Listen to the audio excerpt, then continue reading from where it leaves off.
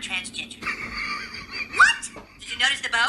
I'm not comfortable with the sex I was assigned at birth, so I'm exercising my right to identify with the gender of my choice. Now get out of my way, I have to take a shit. Drag Story Hour is not targeting children. Drag Story Hour is saving children. The youngest patient I've done vaginoplasty on is age 16. Do you worry that minors just don't understand enough about themselves? They're not neurologically developed enough yet to make permanent life-altering decisions? Absolutely not. I want to punch her in the face. You did not punch her in the face. Doing well, so thank you for supporting me.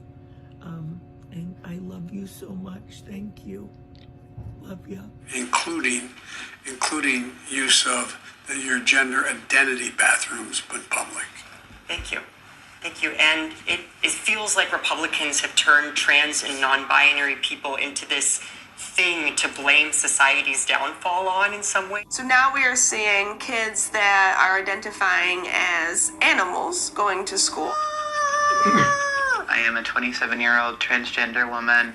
I am a Wolftherian and a member of the furry fandom. When and how did you discover this inner wolfness? इस पर भी चर्चा चल रही है। CGI ने कहा कि गवर्नमेंट को ऐसा डाटा प्रेजेंट नहीं कर पाई है जिससे ये स्पष्ट हो सके कि ये कोई केवल एलिट्स की समस्या है।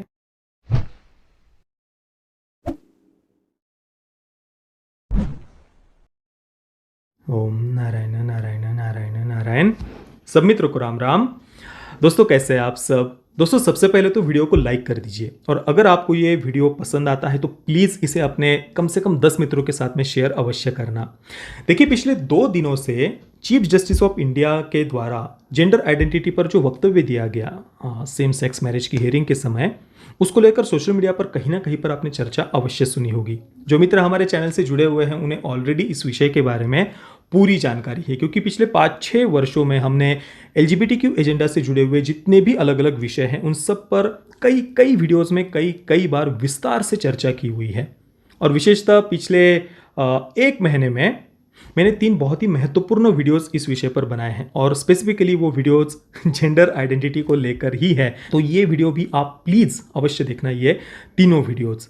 वैसे मुझे पता नहीं था कि भाई अभी कोई सुप्रीम कोर्ट में इसको लेकर हियरिंग चल रही है, पर पता नहीं कैसे कुछ ऐसी परिस्थितियां बन गई कि ये तीनों वीडियोस इस विषय पर हमने इसी महीने चर्चा की हुई है।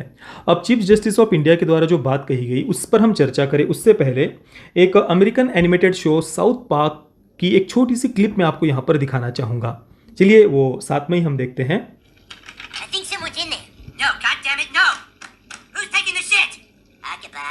I call dibs on stall 1 for all recess, Craig! You can't call dibs on a toilet. Son of a bitch! Oh no. No. I cannot go another lunch break without my toilet time! Then don't eat 14 Eggo waffles for lunch, fat ass! Alright, that does it! I'm sick of this shit, and I'm not taking it any longer! You all push me to this!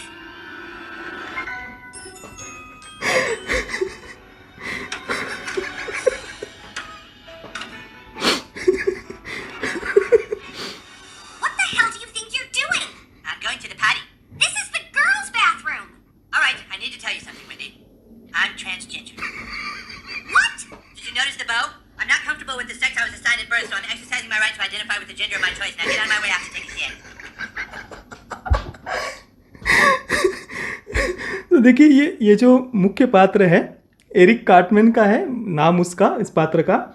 लड़कों के bathroom में जाता है, लड़का है obviously boys के bathroom में ही जाएगा। वहाँ जाने के बाद देखता है कि भाई सब के सब तो टॉयलेट्स ऑक्यूपाइड है। गुस्सा हो जाता है और कहता है कि भाई देखो अब मेरी कोई गलती नहीं है, तुम लोग ने मुझ पर ये दबाव बनाया है ये करने के लिए, तुम लोग मुझसे ज़बरदस्ती करवा रहे हो। फिर वो क्या करता है, वो किताबें फेंक देता है और जेब से बो निकालता है। वो भी लड़कियाँ जो भी अपने सर पर बालों पर लगाती है पिंक कलर का, और अपनी टोपी पर लगा लेता है और वो लगा कर जाता है लड़कियों के बाथरूम में। वहाँ जाने के बाद एक लड़की पूछती कि भाई एरिक तुम यहाँ आखिर कर क्या रहे हो? तो कहता है देखिए ऑलराइट सुनो, मुझे बचपन में जो जेंडर असाइन किया गया था मैं उस जेंडर के साथ में आइडेंटिफाई नहीं करना चाहता। मैं अब एक लड़की हूँ, जो मेरा एक अधिकार है उस अधिकार का मैं उपयोग कर रहा हूँ यहाँ पर। अब चलो साइड हो जाओ और मुझे जाने दो पॉटी करने के लिए।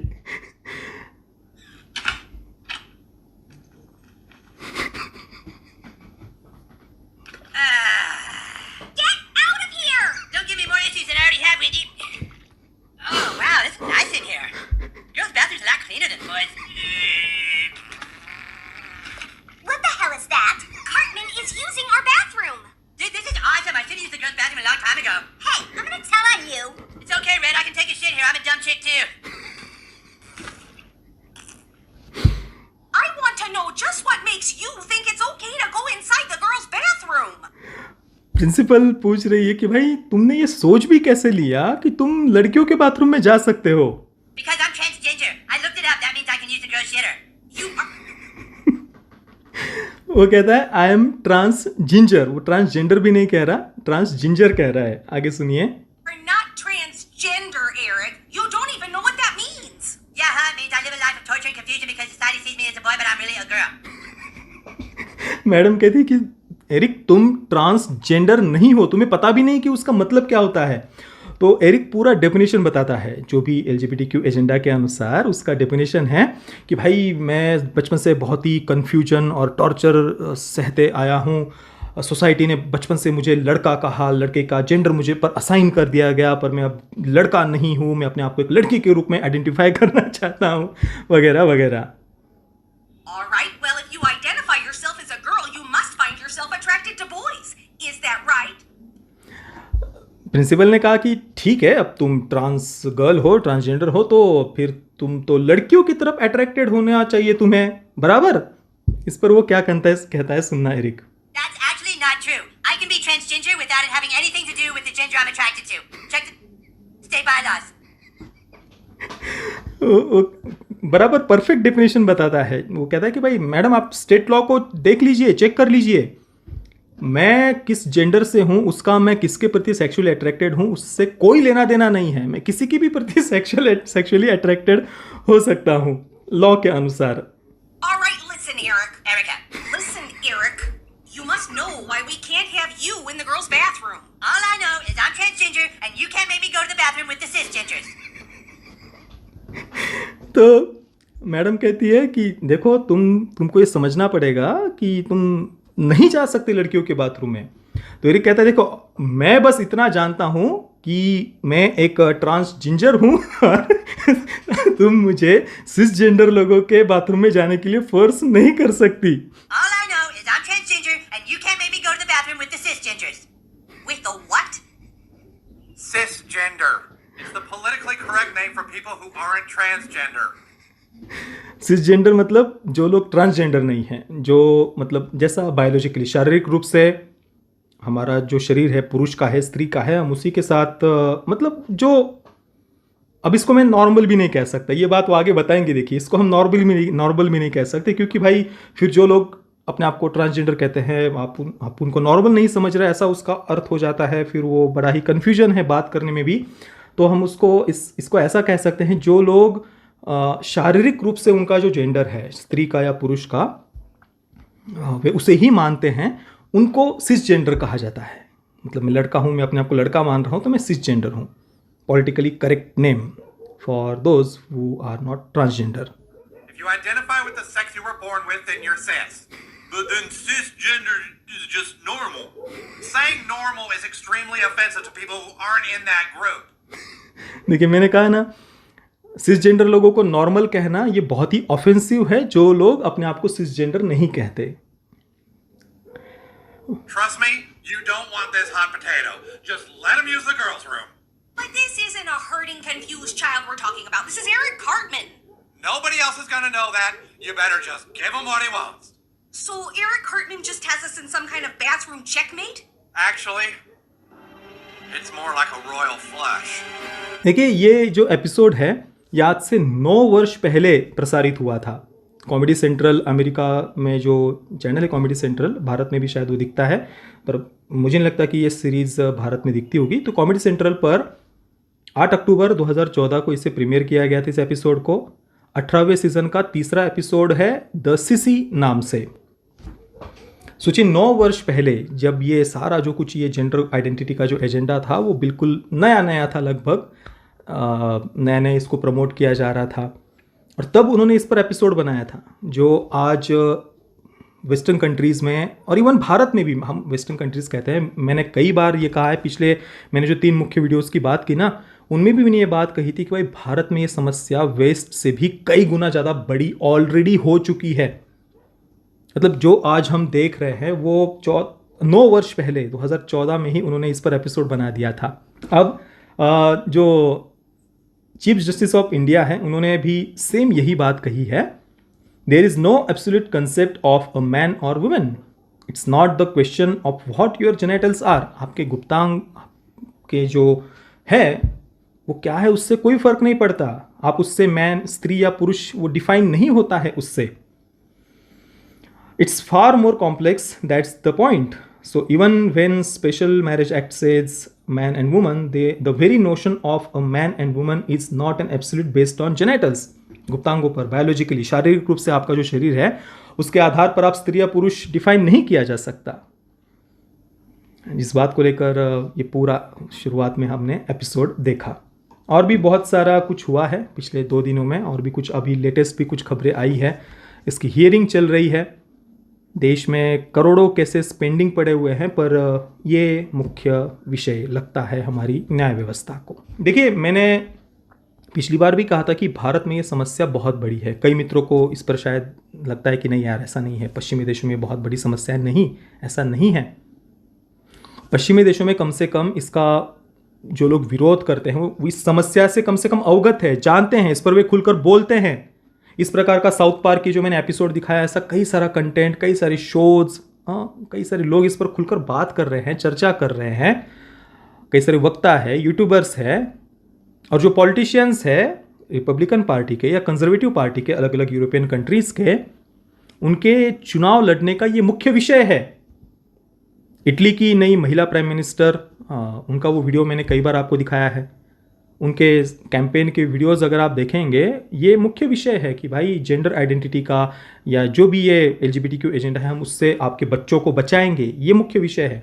आज अमेरिका के जितनी भी अलग अलग स्टेट है, वहाँ पर जो रिपब्लिकन पार्टी के जो लीडर्स हैं वे बिल प्रेजेंट कर रहे हैं कि बच्चों का ये सेक्सुअलाइजेशन रोका जाए, क्योंकि वहाँ पर आज अमेरिका में जो किंडरगार्टन के छोटे छोटे play group, nursery, junior KG, senior KG के जो बच्चे हैं, उनके दिमाग में ये बातें डाली जा रही है। जेंडर आइडेंटिटी की को लेकर कंफ्यूज किया जा रहा है। ड्रैग रेस जैसे अवर्स, ड्रैग रेस आवर, इस नाम से एक पूरा आधा घंटा वो दिया जा रहा है। ड्रैग क्वीन मतलब विचित्र से कपड़े पहनना, आप जिस जेंडर से हैं उससे अपोजिट कपड़े पहनना, या उससे भी विचित्र से किसी प्राणी की तरह या अलग जेंडर के, या जो भी आप समझ जाइए। मैंने इस पर एक रूपोल्स ड्रैग रेस शो नाम के जो एक अमेरिकन शो है, उस पर मैंने एक वीडियो में चर्चा की थी, आप देख सकते हैं ये वीडियो। तो ऐसे रियलिटी शोज है, और बच्चों के जो किंडरगार्टन जो छोटे छोटे बच्चे हैं, उनके सिलेबस में एक प्रकार से ये बातें डाली गई है कि उनको बचपन से ही ये बातें दिमाग में डाल दी जाएं। और इसी कारण से रिपब्लिकन पार्टी के जो लीडर्स हैं वे अलग अलग स्टेट में ये बिल ला रहे हैं कि भाई बच्चों के सामने ये कोई भी बातें कभी नहीं आनी चाहिए। और फ्लोरिडा में ऑलरेडी ये एक्ट पास हो गया है, parental rights in education bill इसे ऑफिशियली वहाँ पर कहा गया है। ये ऑलरेडी गवर्नर के साइन होकर लॉ भी बन चुका है, और इसके अनुसार 3री कक्षा तक के बच्चों के सामने सेक्स से जुड़ी हुई कोई भी बात, कोई भी विषय, LGBTQ एजेंडा से जुड़ा हुआ कोई भी विषय, जेंडर आइडेंटिटी से जुड़ा हुआ कोई भी विषय बच्चों के सामने आप नहीं ले सकते, नहीं बोल सकते, नहीं पढ़ा सकते उन्हें। और अगर ये कोई करता है तो 3 वर्ष तक के लिए उस स्कूल को जो भी फेडरल फंडिंग मिलती है सरकार की तरफ से, वो पूर्ण रूप से बंद हो जाएगी। जिन टीचर्स पर या जो भी गवर्नमेंट ऑफिशियल्स है वहाँ पर, उस स्कूल के जो मैनेजमेंट के लोग हैं, उन पर तुरंत केस होंगे। और पेरेंट्स को ये अधिकार दिया है कि वे तुरंत जाकर उन पर केस दर्ज करवा सकते हैं, और उस स्कूल का रजिस्ट्रेशन भी रद्द हो सकता है, और फंड्स तो तुरंत बंद हो जाएंगे ये आरोप लगते ही। इतने कठोर कानून वहाँ पर ऑलरेडी ये लॉ बन चुका है फ्लोरिडा में। और इसी कारण से डिज्ने और वहाँ के गवर्नर रॉन डिसेंटिस, इनके बीच में काफ़ी अभी भी ये पूरा खींचातान चल रही है। और रॉन डिसेंटिस ने तो अभी और आगे की बात ये कह दी कि भाई इसको हम एक्सपांड करने वाले इस बिल को, और केवल 3री कक्षा तक ही नहीं तो सभी ग्रेड्स में, पूरे हाई स्कूल तक, 12वीं तक हम इस नियम को लागू करेंगे। बच्चों के सामने आप ये LGBTQ एजेंडा, जेंडर आइडेंटिटी का एजेंडा नहीं ला सकते। पर अगर आप देखेंगे LGBTQ एजेंडा को सपोर्ट करने वालों का मुख्य टारगेट बच्चे ही है। इसको लेकर उनके तर्क क्या है, ये जो ड्रैग रेस आवर वगैरह जो बच्चों को ये बातें सिखाई जा रही है, उसको लेकर क्या कहना है आप सुनिए। I don't know who needs to hear this, but Drag Story Hour is not targeting children. Drag Story Hour is saving children. Now, hear me out. Let's say you're a parent and you have a child who maybe doesn't fit in. Maybe they're being bullied at school. Maybe your little boy likes to play with dolls. Maybe your little girl wants you to call her by a boy's name. This happens. And sometimes even people in your own family don't understand it and they don't accept it. So maybe as a parent who loves their child, you want to bring them to a place where they can feel safe, where they don't feel like they're so weird and they don't feel like they're going to go to hell because they're different. दोस्तों ये समस्या कितनी भयावह है ये समझने के लिए ये अगली एक और क्लिप आप देखिए. About these cosmetic procedures because you sat down with the surgeon and you discussed vaginoplasty, I might be saying that wrong, on a 16-year-old. So I want to illuminate that for audiences and have them take a listen to the conversation. What's the youngest patient that you've operated on? The youngest patient I've done vaginoplasty on is age 16. Do you worry that minors just don't understand enough about themselves? They're not neurologically developed enough yet to make permanent life-altering decisions? Absolutely not. I want to punch her in the face. You did not punch her in the face. I don't know how, given that you have 4 children. What I hear when I listen to that is I mutilated a young child's body. That procedure, for people that don't know, they're taking a piece of your colon and they're putting it in the front so that it looks like, the keywords here, looks like it's a cosmetic procedure, a vagina. How do you feel sitting across and hearing that I mutilated a child? Yeah, that was probably the hardest interview we did in certain ways, and we were with our the team after we left that one. We were just kind of like sitting there in silence, just kind of trying to absorb, because you're really looking, you're kind of sitting there staring into pure evil. I think, as you point out. तो mat Walsh उनकी एक what is woman करके एक documentary film है. मैंने अभी देखी नहीं पर उसकी कुछ क्लिप्स मैंने सोशल मीडिया पर देखी. उसी में से ये एक क्लिप है. उस फिल्म को बनाते समय अलग अलग सर्जन्स हो, अलग अलग LGBTQ जो भी मेंबर्स हैं उनके साथ उन्होंने बात की, इंटरव्यूज़ वगैरह लिए हैं. एक सर्जन के साथ भी उन्होंने बात की जो ये sex change operation, gender affirmation surgery वगैरह ये पूरी प्रोसीजर जो करते हैं. उनसे पूछा गया कि ये जो वेजाइनोप्लास्टी है, जो भी उसको उन्होंने शब्द दिया है, मतलब एक पुरुष उसको आप एक उसका गुप्तांग चेंज करने का ऑपरेशन, योनि परिवर्तन, आप हिंदी में क्या कहेंगे वेजाइनोप्लास्टी को, जो भी कहिए.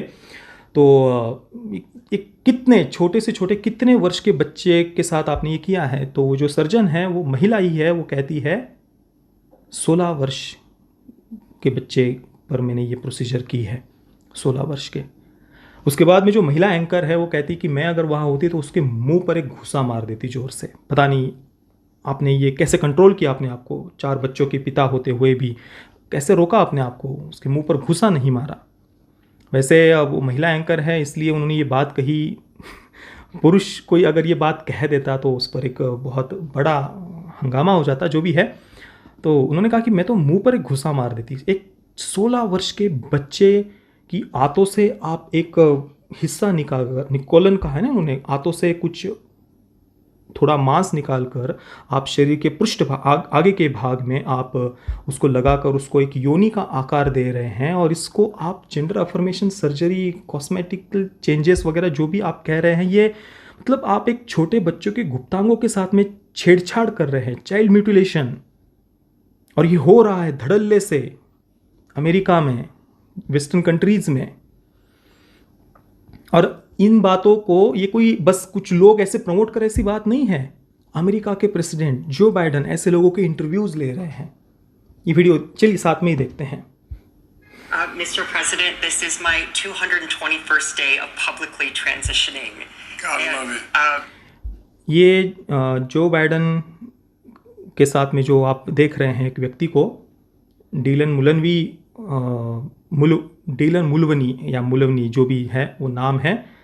पहले पुरुष थे वे और अभी उन्होंने ये gender affirmation surgery, sex change operation वगैरह करके अपने आप को लड़की बनाया है. और 221वां दिन है मेरा ये ट्रांजिशनिंग का, ऐसा वो बता रहे हैं. मैंने जो और थोड़ी जानकारी देखी उनके बारे में, तो फेशियल फेमिनाइजेशन सर्जरी भी उन्होंने की है। I'm doing well, so thank you for supporting me.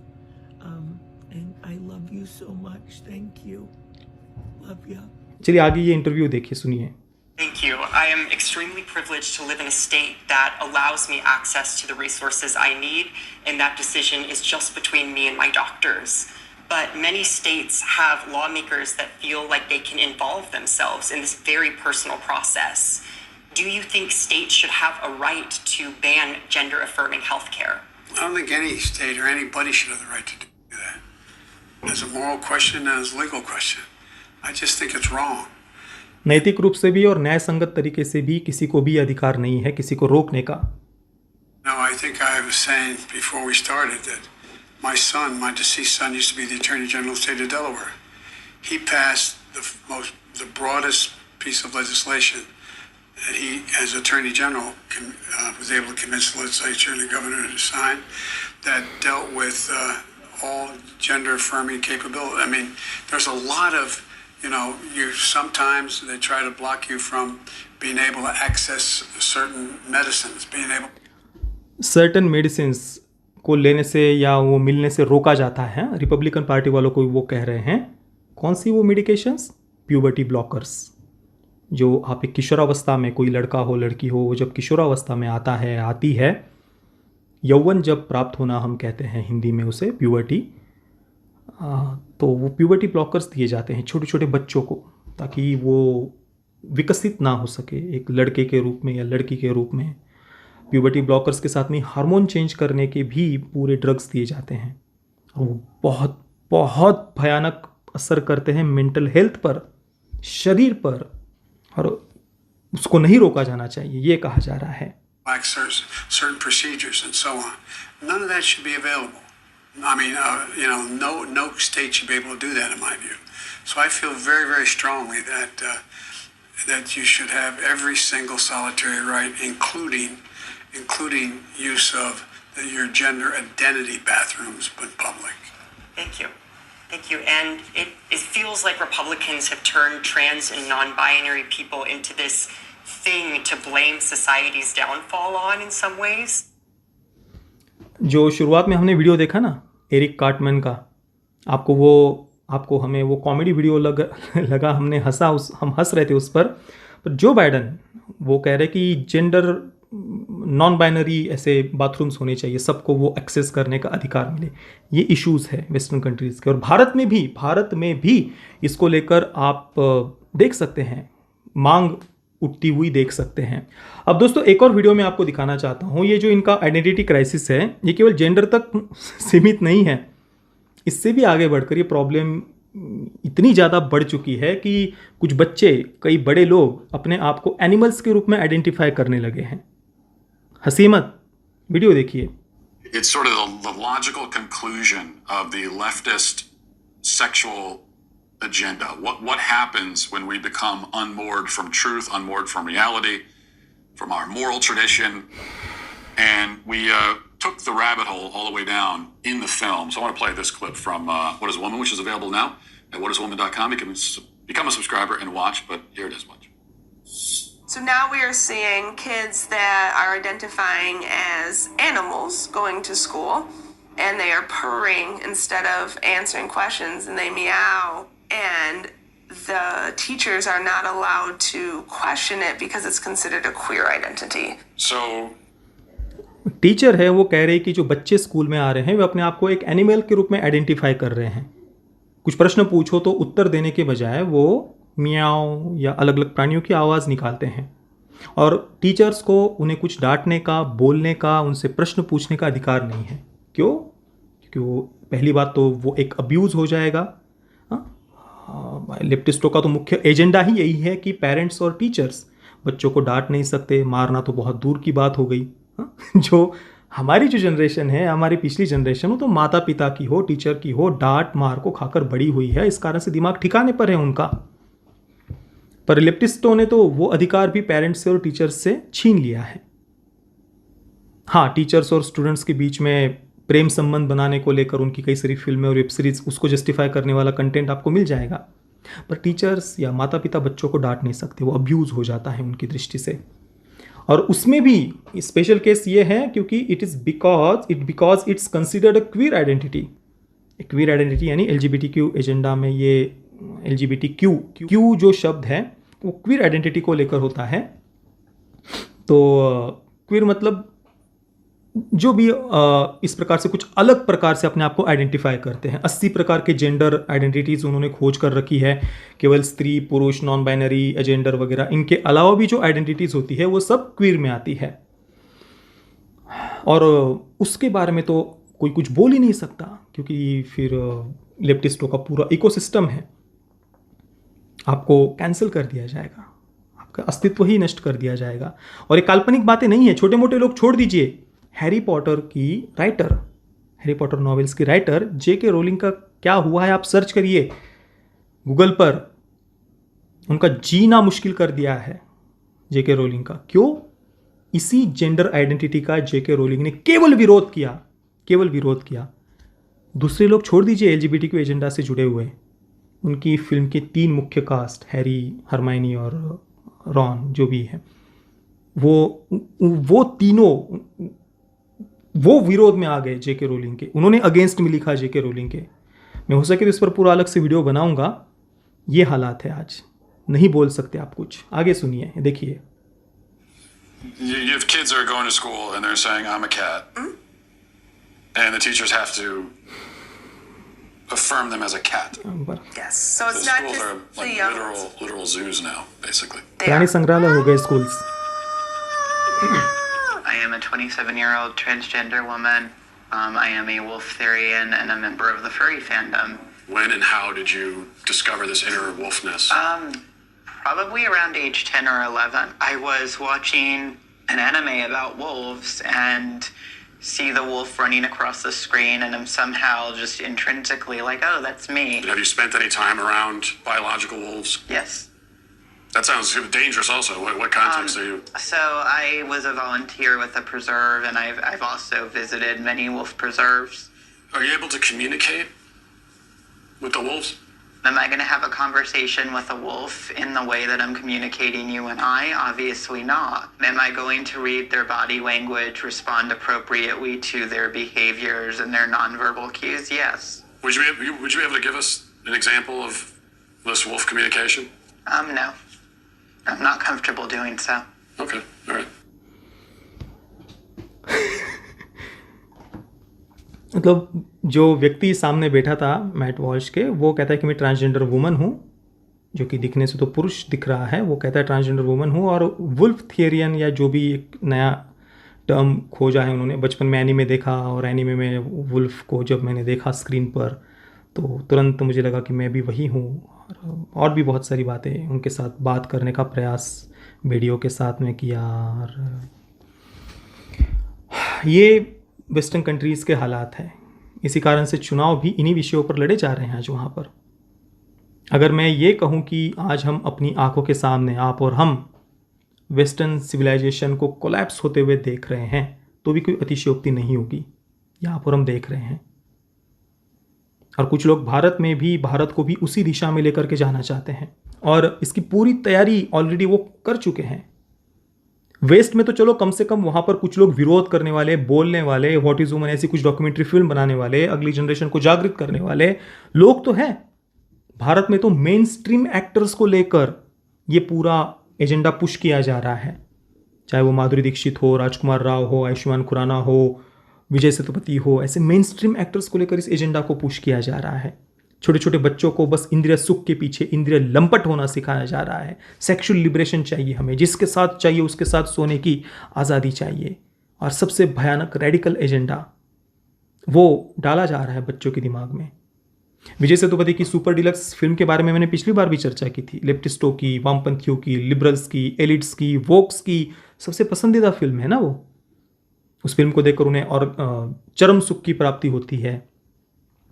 उसमें विजय सेतुपति वाला जो एक सबप्लॉट है, उसमें विजय सेतुपति का कैरेक्टर एक पुरुष होता है, उसका विवाह होता है, एक सुंदर परिपत्नी है, सुखी स्वस्थ ऐसा परिवार है, उन्हें एक बेटा होता है, 5-6 वर्ष का, 7 वर्ष का वो बेटा जब हो जाता है तो विजय सेतुपति का कैरेक्टर घर छोड़कर चला जाता है, और उसके बाद में वो सेक्स चेंज ऑपरेशन करके अपने गांव वापस आता है। एक स्त्री बनकर साड़ी पहनी हुई है, जो भी सेक्स चेंज ऑपरेशन करने के बाद बदलाव शरीर में दिखने चाहिए वो बदलाव हमें दिख रहे हैं, और उसके बाद में वो पात्र अपने छोटे बच्चे को ले जाकर उसको ये सारी बातें बताता है, उसके दिमाग में ये बातें डालता है। क्यों डाला वो सीन वहाँ पर कि एक छोटे बच्चे को ये बातें बतानी चाहिए? उसके माध्यम से क्या आप बताना चाहते हैं? चलो आप बड़े हो गए, हर एक व्यक्ति का व्यक्तिगत अधिकार है वो अपने शरीर के साथ क्या करना चाहता है। जो भी व्यक्ति अपने शरीर के साथ जो कुछ भी करना चाहता है, खिलवाड़ करना चाहता है, वो उसका अधिकार है। पर बच्चों के दिमाग में ये बातें क्यों डालना? भले ही वो एक अडल्ट फिल्म थी, पर फिर भी उसके माध्यम से अडल्ट्स को यही बताया गया था कि आपको अपने बच्चों के दिमाग में ये बातें डालनी चाहिए ना, यही तो बताया गया था ना। और मैंने कई बार कहा है कि आज भी हमारे देश में कई सारे लोगों की ये भ्रांति है कि LGBTQ एजेंडा किन्नर समाज को लेकर है, जबकि किन्नर समाज या जिन्हें इंग्लिश में इंटरसेक्स या हिंदी में मध्यलिंगी, उभयलिंगी, थर्ड जेंडर कहा जाता है, वो बायोलॉजिकली शारीरिक रूप से स्त्री या पुरुष से भिन्न शरीर के अंगों के साथ में उनका जन्म होता है शारीरिक रूप से। और मैंने कई बार कहा है कि किन्नर समाज को समाज की मुख्य धारा में लाने के लिए हमें हर संभव प्रयास करना चाहिए, और ये कोई हम कुछ बहुत अलग कर रहे हैं ऐसी बात नहीं है, ये हमारा कर्तव्य भी है और उनका अधिकार है, मैंने कई बार कहा है।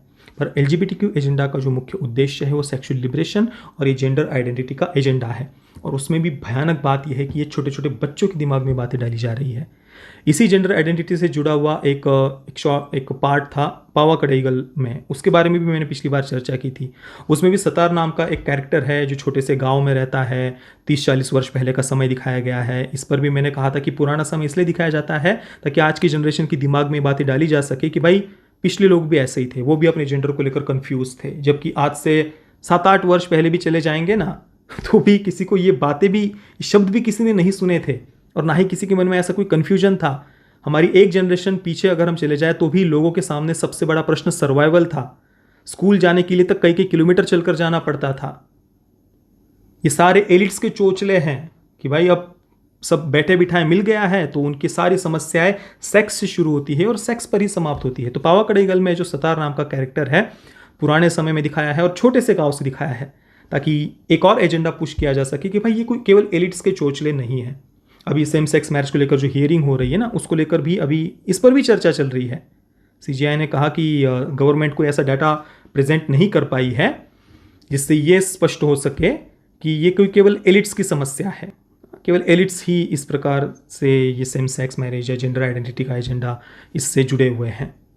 गवर्नमेंट का डेटा चाहिए इसको लेकर। तो कुल मिलाकर जो पावा कड़ईगल में जो कहानी है वो जानबूझकर गांव में स्थित की गई है, पुराने समय में स्थित की गई है, ताकि अगली जनरेशन के सामने ये सारी बातें नॉर्मलाइज की जा सके। तो सतार एक दूसरे लड़के से प्रेम करता है, पर उसे गे नहीं बताया, वो ट्रांस गर्ल बनना चाहता है तो लड़के के शरीर में जन्म हुआ, उसका बायोलॉजिकली मेल है, पर वो अभी सेक्स चेंज ऑपरेशन करके लड़की बनना चाहता है ताकि वो जिस लड़के से प्रेम करता है उसके साथ उसका विवाह हो और वो सुखी जीवन जी सके। हालांकि सेक्स चेंज ऑपरेशन करने के बाद भी कोई पूर्ण रूप से स्त्री नहीं बनता है, गर्भाशय डॉक्टर्स क्रिएट नहीं कर सकते हैं। जो प्रकृति ने हमें जो शरीर दिया है वैसा वो बाहर से आप कुछ थोड़ा फेस फेमिनाइजिंग सर्जरी और जो भी आप कहते हैं शरीर के गुप्तांग वगैरह आप चेंज कर ले, प्राकृतिक रूप से आप पूर्ण रूप से किसी को स्त्री या पूर्ण रूप से किसी को पुरुष नहीं बना सकते। पर ये बातें लेफ्टिस्टों का मुख्य एजेंडा होता है। तो सतार पैसे जमा कर रहा है सेक्स चेंज ऑपरेशन के लिए। बाद में उसे पता चलता है कि जिस लड़के से वो प्रेम करता है वो लड़का तो उसी की बहन से प्रेम करता है। तो सतार अपने प्रेम का बलिदान दे देता है।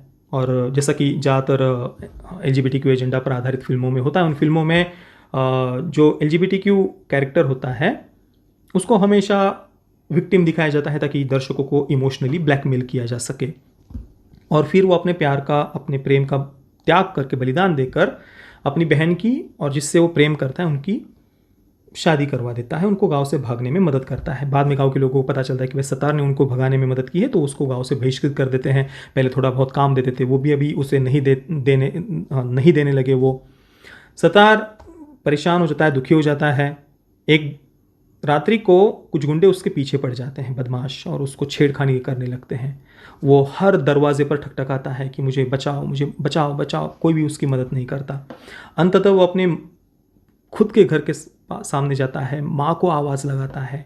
माँ आवाज़ सुनती पर दरवाज़ा नहीं खोलती, दरिंदी राक्षसी माँ। और फिर वो जो बदमाश गुंडे हैं वो सतार को मार देते हैं।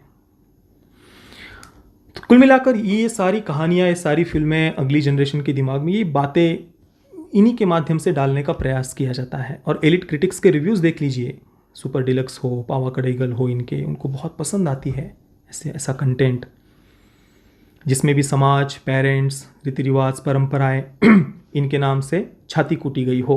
बाकी जेंडर आइडेंटिटी को लेकर आयुष्मान खुराना की चंडीगढ़ करे आशी की भी एक मुख्य उदाहरण है। मेन स्ट्रीम फिल्म है, थिएटर में रिलीज़ हुई थी।